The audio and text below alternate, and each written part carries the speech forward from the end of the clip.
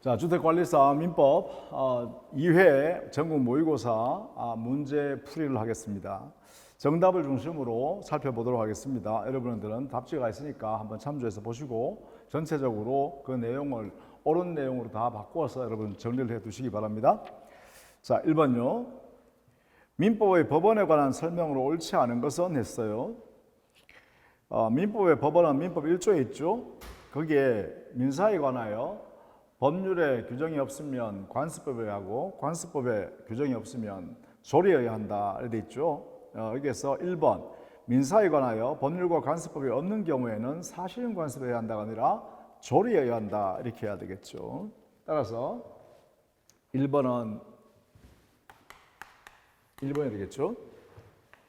자, 2번 사건에 관한 설명을 옳지 않은 것은 자 개인의 권리를 말하는 것이죠. 옳지 않는 것은 거기에 4번 보시면 4번 하자 담보 책임에 기한 토지 매수인의 손해배상 청구권은 재측기간의 걸림으로 소멸시효 규정의 적용이 배제된다 했는데 여기에 우리 판례 태도를 알아두셔야 돼요. 판례 태도. 판례는 제척기간으로서 6개월간 안날로부터 6개월 내에 행사해야 한다라는 제척기간이 있고요. 내행사, 이거는 제척기간이죠. 그런데 손해배상 청구권은 채권자 청구권이기 때문에 소멸시효 이것도 중첩적으로 적용된다라고 하죠. 그래서 10년 내에 행사해야 한다. 이렇게 두 개를 중첩 적용을 인정한다. 이렇게 정리해 두시면 좋겠습니다. 자, 그 다음 3번 신의 성실의 원칙에 관한 설명으로 옳지 않은 것은 했는데요. 그게 3번이에요. 회사의 이사로 재직하면서 회사의 확정 채무를 보증한 자는 이사직을 사임한 후에 사정 변경을 이유로 그 보증 계약을 해지할 수 있다 했는데 해지할 수 없죠. 이게 판례죠.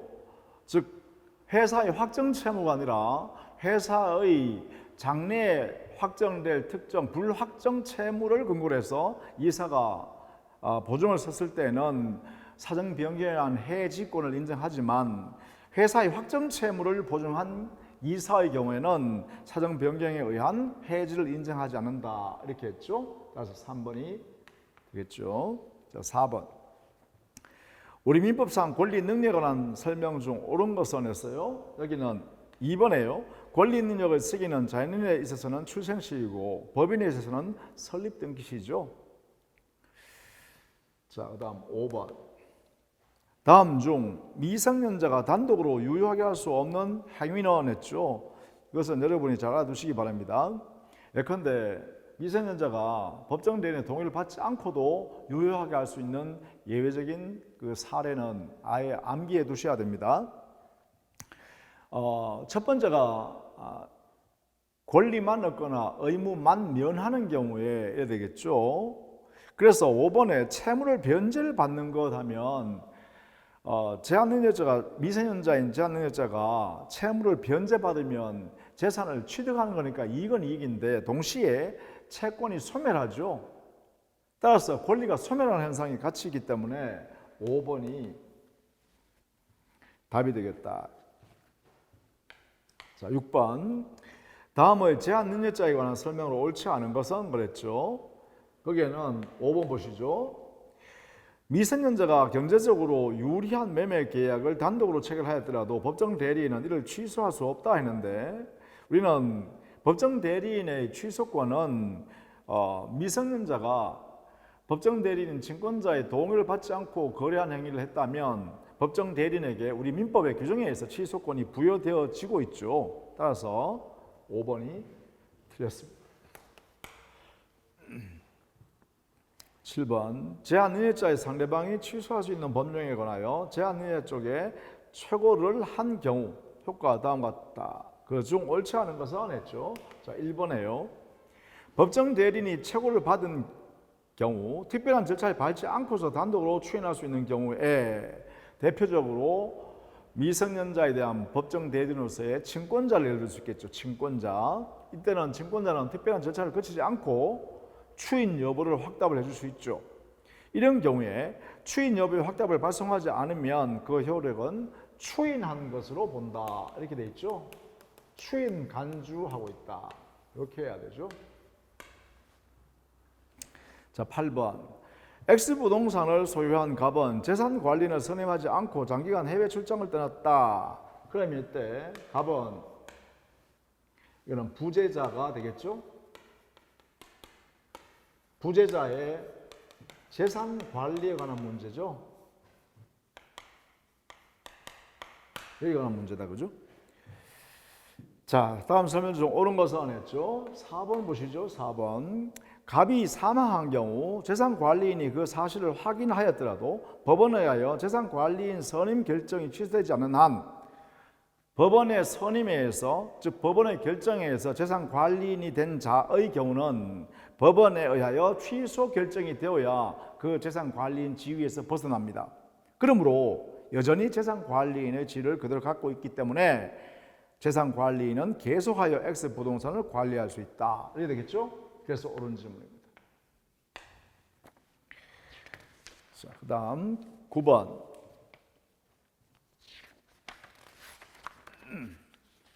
실종 선고 취소에 관한 다음 설명 중 옳은 것은 했죠. 거기서는 3번 보실까요? 실종 선고로 인하여 직접 취득한 재산에 관하여 시효 취득의 요건, 이게 시효 취득의 경우는 원시 취득입니다. 이 권리의 취득은 원시 취득에 해당되죠. 원시 취득이니까 실종 선고 받은 사람의 재산권을 승계받은 것이 아니라 우리 민법 규정에 의해서 최초로 권리를 취득한 것에 불과하기 때문에 부당이득 반환할 필요가 없죠. 따라서 3번에요. 반환 의무가 없다. 이렇게 되겠죠. 자, 10번. 다음의 법인 아닌 사단에 관한 설명으로 옳지 않은 것은 했죠. 여기는 2번 보시죠. 법인이라는 사단의 채무에 대해서는 특별한 사정이 없는 한 구성원 각자가 그 지분 비율에 따라서 개인 재산으로 책임을 진다 했는데, 비법인 사단의 채무 변제는 원칙적으로 누구의 채무로 해야 되죠? 당연히 비법인 사단 자신의 재산으로 이것으로 채무를 변제하는 것을 1차적 변제 방법입니다. 그래서 2번이 옳지 않다. 11번. 법인의 설립 등기에 관한 다음 설명 중 옳은 것은 했죠. 법인의 설립 등기는 재단법인이든 사단법인이든 간에 모두 성립 요건이죠. 따라서 3번입니다. 성립 요건이다. 이렇게 되겠죠. 자, 그 다음에 12번.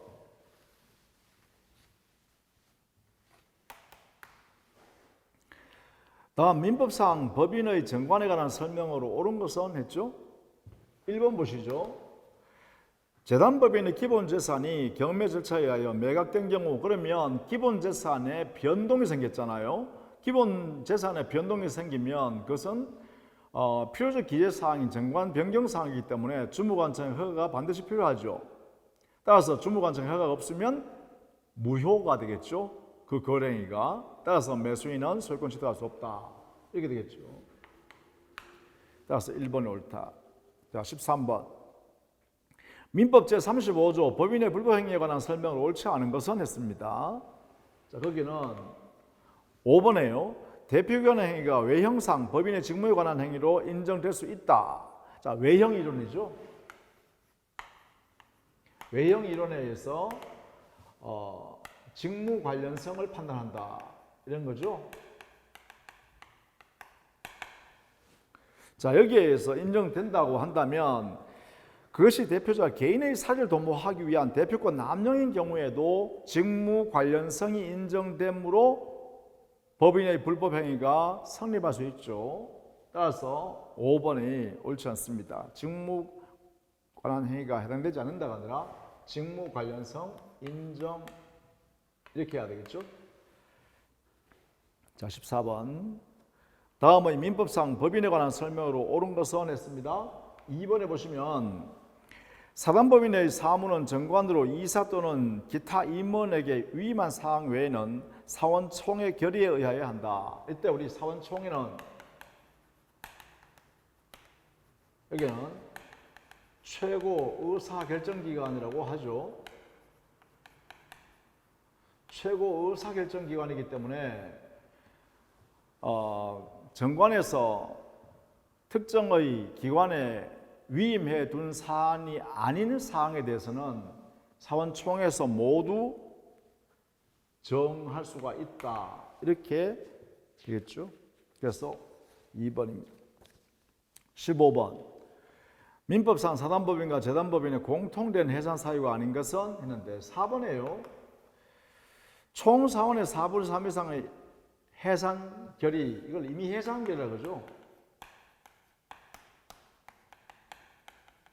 이것은 총회에서 해산 결의하는 거잖아요. 따라서 총회는 사단법인에만 존재하는 사유다. 이렇게 되겠죠. 16번. 물건에 관한 설명을 옳지 않은 것은 했습니다. 3번에요. 집합물은 이를 하나의 물건으로 인정하는 법률의 규정, 특별 규정이 있는 경우에 하나의 물건으로 취급한다. 이런데 집합물은 원칙 수개의 물건입니다. 집합물은 원칙으로 수개의 물건이고요. 자, 특별한 규정이 있는 경우에 하나 했는데 특별한 규정 이외에 관습법에 의해서도 가능하죠. 관습법에 의해서 요 하나의 물건을 취급하는 것은 특별 규정이 있거나 관습법상으로 되겠죠. 17번. 갑은 X부동산을 을에게 매도하고 소유권 이전 등기를 해주었다. 을은 병으로부터 금원을 차용하면서 X부동산의 병을 위한 저당을 설정하였다. 이에 관한 설명으로 옳은 것은 했습니다. 자, 여기서 우리는 갑과 을 사이의 매매계약은 법률 요건입니다. 매매계약은 법률 행위로서 법률 요건에 해당되고 그로 인한 을의 소유권 이전 청구권이라는 것은 법률 효과에 해당되는 것이죠. 이때 을의 소유권 취득은 특정 이전적 승계 취득이 되죠. 자, 18번. 법률행위의 해석에 관한 설명으로 옳은 것은 이렇게 했네요. 자, 법률행위의 해석이라는 것은 목적을 확정하기 위해서 그러죠. 목적, 법률행위의 목적 또는 법률행위의 내용의 확정하기 위한 기술입니다. 따라서 여기는 4번 보실까요? 법령이 성립 인정되는 경우에 보충적 해석이 가능하다 이랬죠. 우리는 이 확정을 위해서 해석하는 것은 자연적 해석을 할 수 있으면 자연적 해석을 1차적으로 하고 그 다음에 이게 안 된다면 2차적으로 규범적 해석을 하죠. 이렇게 해서 이 1차적, 2차적 해석이 되어서 당의 법령행위가 성립한 후 성립했다. 그런데 성립한 이 법령행위에 공백이 있더라. 간극이 있더라. 이렇게 되면 이 공백을 보충하기 위해서 보충적 해석을 합니다. 이게 3차적으로 하는 해석 방법이죠. 그래서 4번이 옳습니다.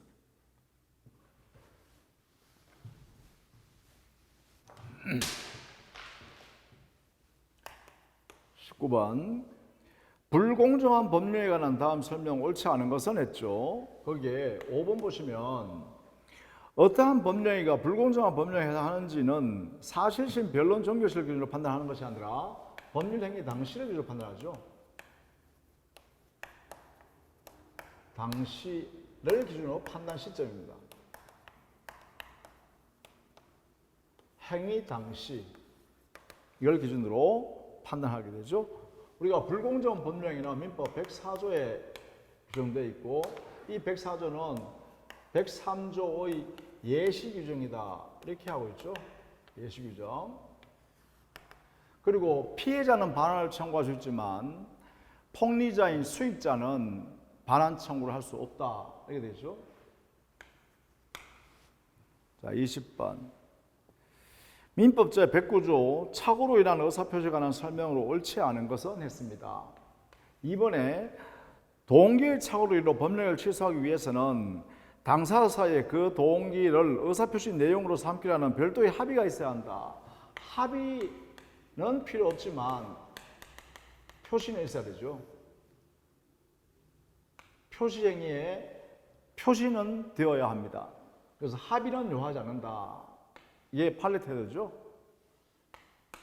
자, 21번.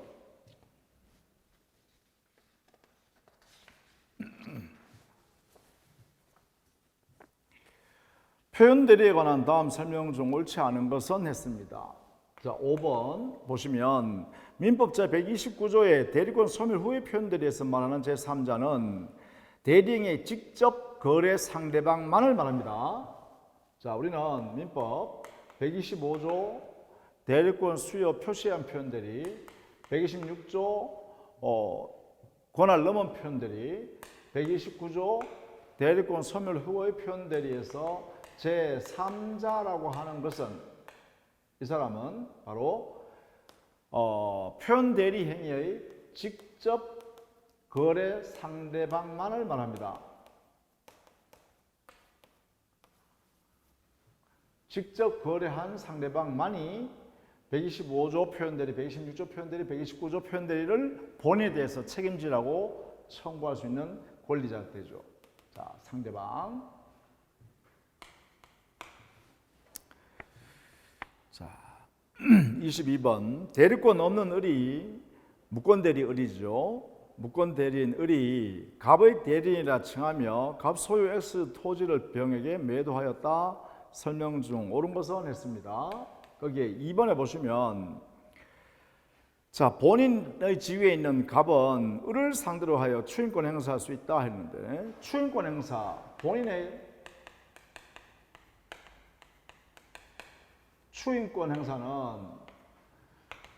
상대방 있는 단독 행위잖아요.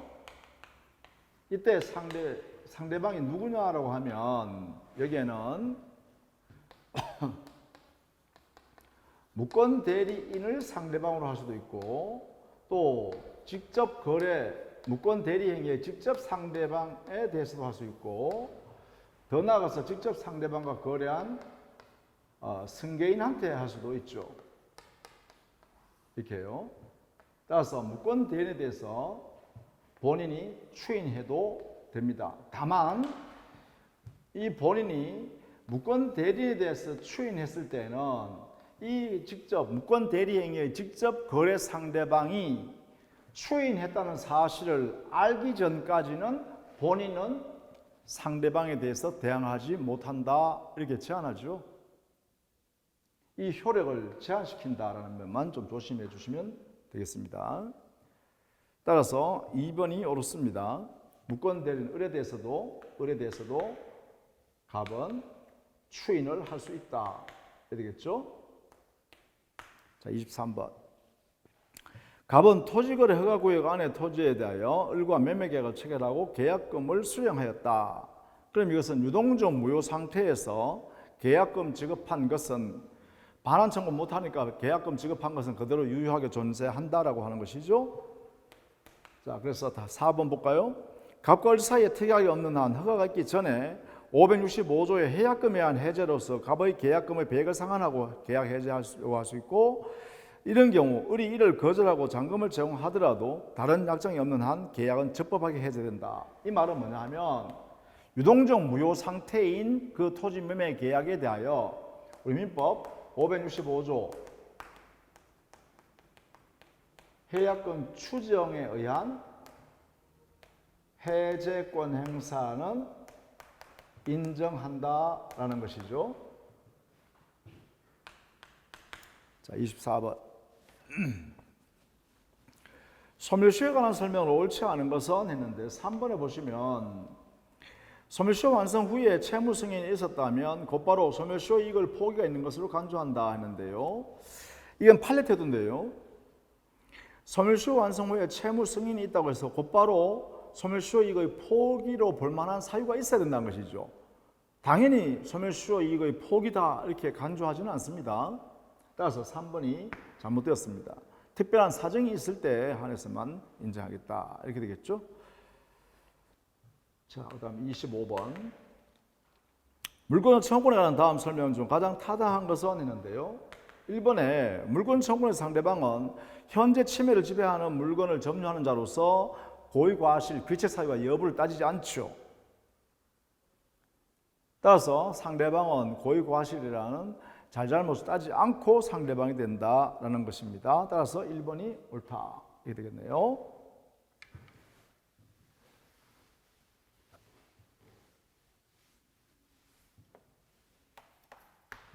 26번. 다음 중 부동산 물건을 등기 없이 취득할 수 있는 경우가 아닌 것은, 그러면 이 문제는 등기해야 되는 것은 이런 뜻이죠. 여기서는 우리가 점유부 시효 취득은 등기함으로써 재산권 취득하죠. 따라서 이것은 245조 1항 이것을 근거로 해서 해석해야 됩니다. 따라서 점유 취득 시효에 의한 지역권 취득은 지역권 등기를 함으로써 지역권을 취득한다 이게 됩니다. 그래서 245조 1항은 187조의 유일한 예외 규정입니다. 187조는 등기하지 않아도 부동산 물권 변동이 초래되는 그러한 내용이죠. 법률 규정에 의한 부동산 물권 변동이잖아요. 그런데 245조 점유부 시효 취득에 의한 물권의 취득은 등기를 해야만 물권을 취득합니다. 그래서 1번이 되겠네요.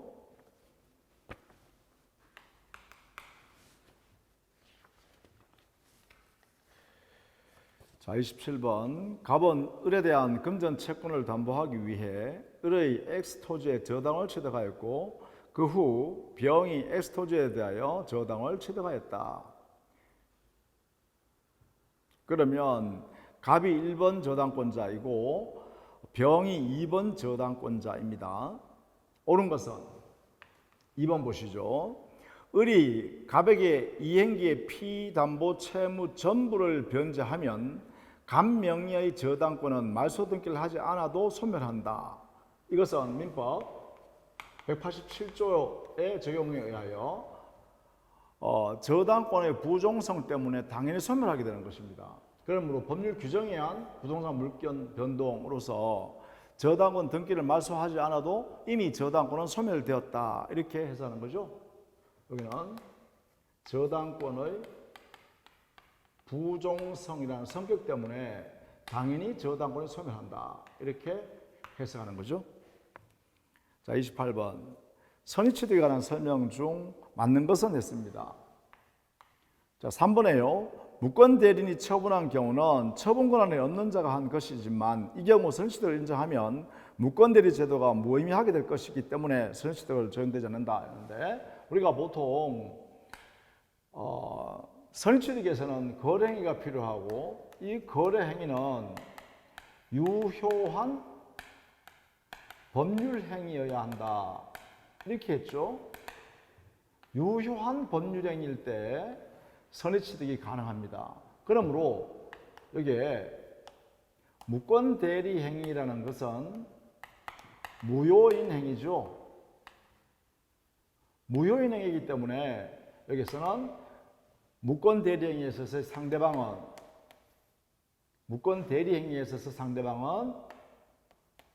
선의취득을 주장할 수 없습니다. 이게 무효이기 때문에 그래요.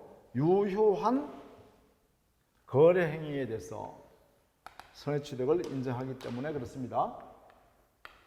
자, 29번.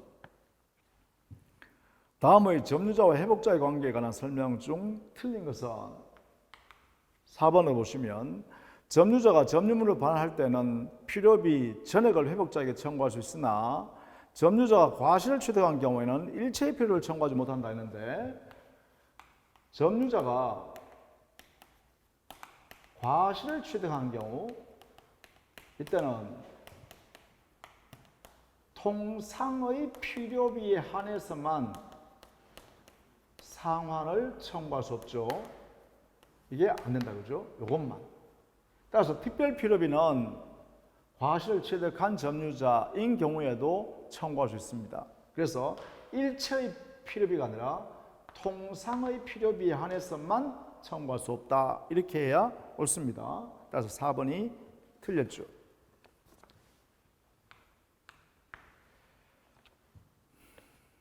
30번. 민법상 등기부 수요 취득의 성인 요건으로서 옳지 않은 것은 했습니다. 자, 5번에요. 소유권 보존 등기가 이중으로 결정된 경우 이중 소유권 보존 등기에서 원칙적으로는 선 등기가 유효고 후 등기가 무효가 되죠. 그러면 이 후 보존 등기, 무효 등기 이것은 등기부 수요 취득이 허용되지 않습니다.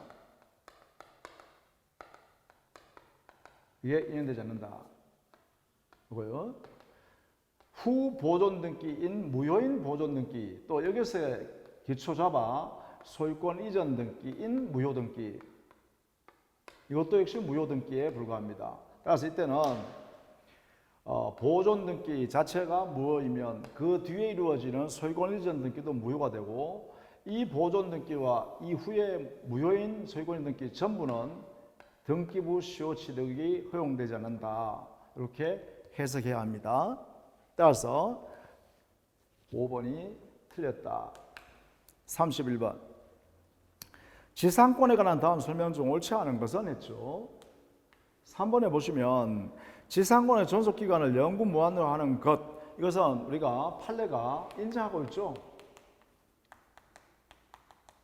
존속기간 약정 내용이 영구 무한 이렇게 해도 유효한 약정이다. 이렇게 판례가 인정하고 있죠. 판례를 알고 있으면 되겠다. 자, 그다음 32번. 민법상 유치권에 관한 설명으로 옳지 않은 것은 했습니다. 여기는 2번 지문에 부동산의 경매 개시 결정 등기가 마쳐진 후에 채무자의 점유 이전으로 제3자가 유치권을 취득한 경우, 자, 경매 개시 결정 등기가 마쳐지고 난 뒤에, 이것은 압류가 이루어진 후죠. 당에 압류가 이루어진 후에 유치권을 취득한 유치권자는 이 경매 개시 결정 기입 등기에 의해서 경매가 이루어지면 여기에 경락자, 매수인 나타나겠죠? 경락받은 매수인, 이자가 점유하고 있는 유치권자한테 반환 청구하게 되면 여기에 거절권이 인정되지 않습니다. 대항력이 없다 이 말입니다. 유치권에서 못한다는 것이죠. 그래서 반환 청구가 인정된다 이렇게 되겠죠? 자, 여기에 핵심은 저당권 실행 개시 결정이 일어나면 압류가 되고 난 이후에 유치권이 발생했을 때는 이게 경매된다는 걸 알고 있으니까 이 유치권자를 보호하지 않겠다는 것입니다. 따라서 경락받은 매수인의 반환 청구권은 인정된다 이렇게 되겠죠. 따라서 32번에는 2번 옳다 그죠. 매수인에게는 유치권을 주장할 수 없죠. 자, 그 다음에 33번.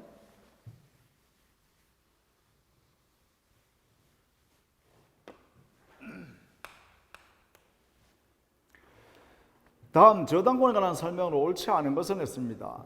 1번에 저당권은 채권 담보를 위한 것이므로 여기까지는 옳습니다. 채권자와 저당권자는 저당권의 부수성의 원칙상 동일인이어야 하고, 이것도 원칙은 그렇습니다. 원칙은 채권자 아닌 제3자 명의로 이루어진 저당권 등기는 언제나 무효이다.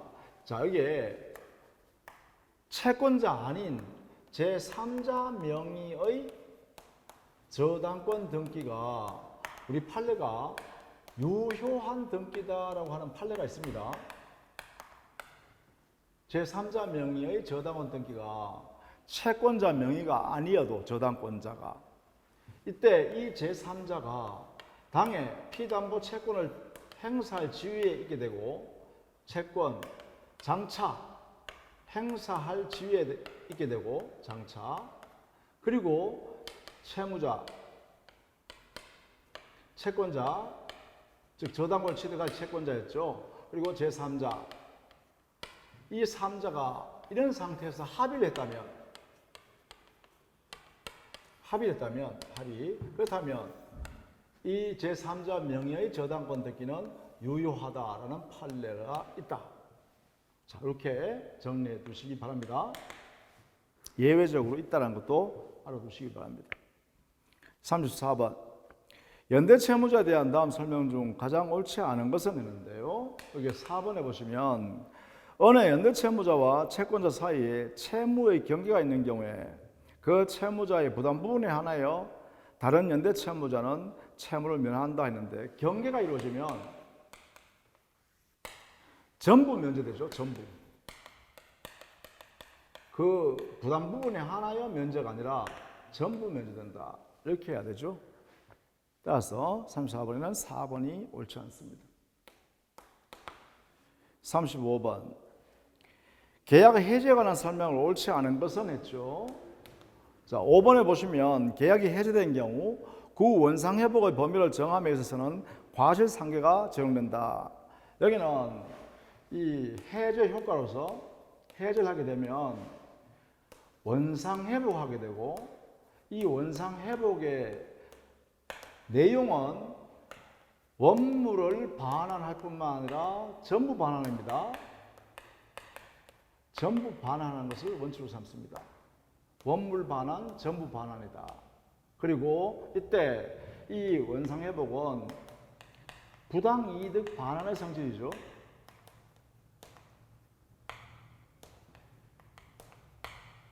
그러나 반환의 범위는 전부 반환입니다. 여기에 즉 당사자의 선악을 불문하고, 그렇죠? 선악을 불문하고 전부 반환이다.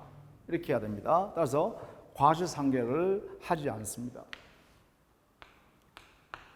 36번 민법상 계약법에 규정되고 있는 전형계약이 아닌 것은 했는데 거기에 5번에요. 보험계약은 민법상에 있는 15개의 전형계약에 들어가지 않습니다.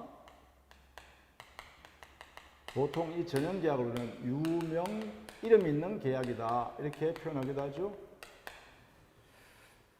따라서 5번이 되겠네요. 자, 37번 민법상 도급에 관한 설명을 옳지 않은 것은 했죠. 1번에요. 도급인이 전부의 재료를 공급한 경우 완성된 물건의 소유권은 그 완성자는 수급자이므로 그 물건이 동산이든 보존산이든 불문하고 원시적으로 수급인에게 속한다 했는데요. 도급인이 예컨대 여기서는 완성물을 해달라고 의뢰한 자가 도급인이죠. 도급인이 전부 재료를 제공했죠. 그렇다면 이 재료를 가지고 완성된 물건의 소유자는 완성물의 소유권은 원칙적으로 도급인이 취득한다. 이게 원칙입니다. 그래서 재료를 누가 정했느냐라는 게 중요합니다. 예를 들면 수급인은 그 일 완성 대가로서 보수를 받는 권리만 존재하게 되겠죠. 따라서 1번이 틀렸습니다. 도급인에게 속한다. 이렇게 해야 되겠죠. 자, 38번.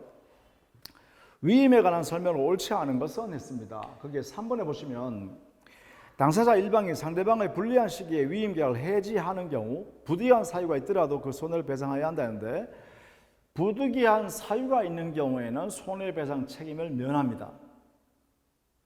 상대방의 불리한 시점에 부득이한 사유도 없이 해지를 한다는 것은 상대방에게 손해 끼칠 의도가 있기 때문에 이때는 손해배상 책임이 발생하지만 부득이한 사유가 있다면 어쩔 수 없이 해지하는 것이기 때문에 이때는 책임을 물 수 없죠. 따라서 손해배상을 청구할 수 없다라고 해야겠죠.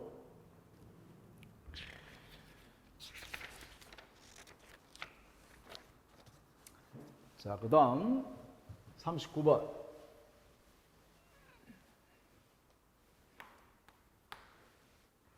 민법상 부당이득 반환에 관한 설명으로 옳지 않은 것은 했는데요. 여기는 2번이에요. 선의 수익자가 본권의 소에서 패소 판결이 확정되면 그 확정된 때가 아니라 소 제기 시부터 악의의 수익자로 간주하죠. 소 제기 시부터. 따라서 2번이 틀렸습니다. 자, 40번. 불법 행위에 관한 설명으로 옳지 않은 것은 있는데요. 그게 4번 보시면 갑이 과실로 을을 사망케 한 경우에 갑은 재산상 손해가 없는 망자, 사망자, 피해자의 직계, 존속, 비속 및 배우자에 대해서는 손해배상 책임이 없다 했는데 재산 손해가 없어도 여기에 직계, 비속, 생명을 침해한 경우입니다. 생명 침해로 인하여 불법행위가 성립했을 때요. 자는 당연히요. 그 피해자 사망한 사람 있죠. 피해자의 직계, 존속, 직계, 비속 그리고 배우자 이들에게 재산상 손해가 없어도 위자료를 정신적 손해죠. 소위 말하면 정신적 손해배상할 필요가 있다. 이것은 인정한다. 되겠죠? 따라서 여기에 사망자의 피해자인 사망자의 직계, 존속, 비속, 배우자의 경우에는 재산상 손해가 없어도 정신적 손해소의 손해배상 청구권이 인정된다. 이렇게 해야 되죠. 자, 생명 침해로 인한 손해배상 책임의 범위입니다. 그래서 4번에 손해배상 책임이 없다 했으니까 틀렸다. 이렇게 해서 할 수 있죠. 자, 이렇게 해서요. 정답을 중심으로 쭉 살펴봤고요. 나머지 부분들은 여러분이 해설지를 가지고 한번 여러분이 이렇게 봐두시고요. 왜 옳고 왜 틀린지를 요 지문을 통해서 살펴봤습니다. 마무리를 잘 하시고 모두 합격하시기를 기원하겠습니다. 수고했습니다.